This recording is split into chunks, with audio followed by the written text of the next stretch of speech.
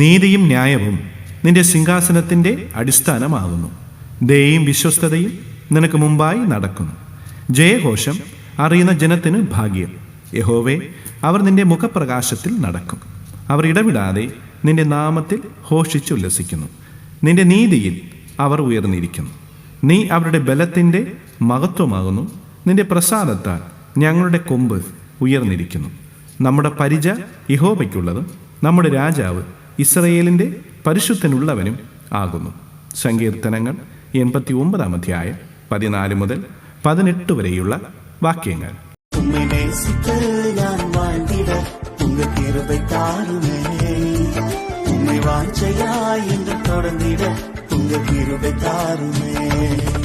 என்னை அழைத்தவரே உம்மை என்றென்றும் ஆராதிப்பேன். உண்மை உள்ளவரே உம்மை என்றென்றும்